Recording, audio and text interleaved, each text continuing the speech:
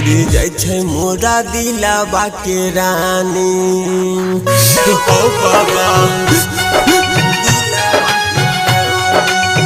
हसूना हो भरदानी छोड़ी जाय छै मोरा दिलवा के रानी हो हमर जिंदगी कोना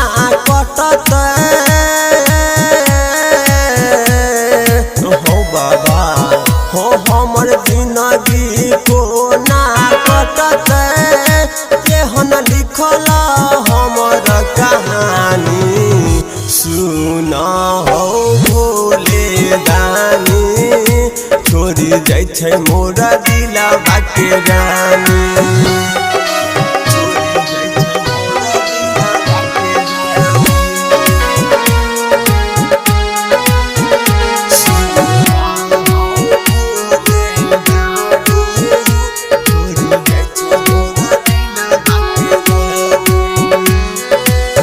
चढ़ते सावन हमारा छोड़ल कोई भेल कवन कसूर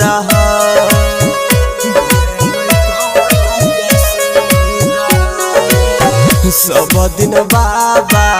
तोरे पूजलिया तैयो केल दूर जेकर मुहबा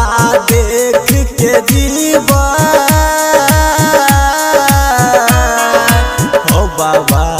हो के कर मुहावा देख के जीवा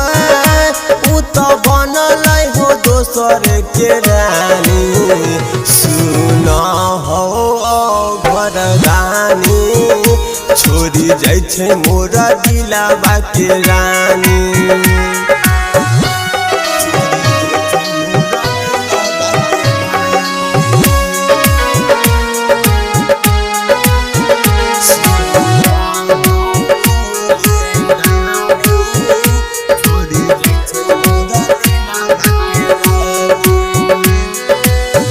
मानै रहिए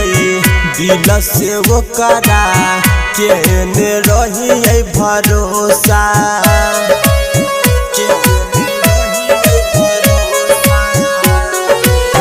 केने रहे हमारा से वादा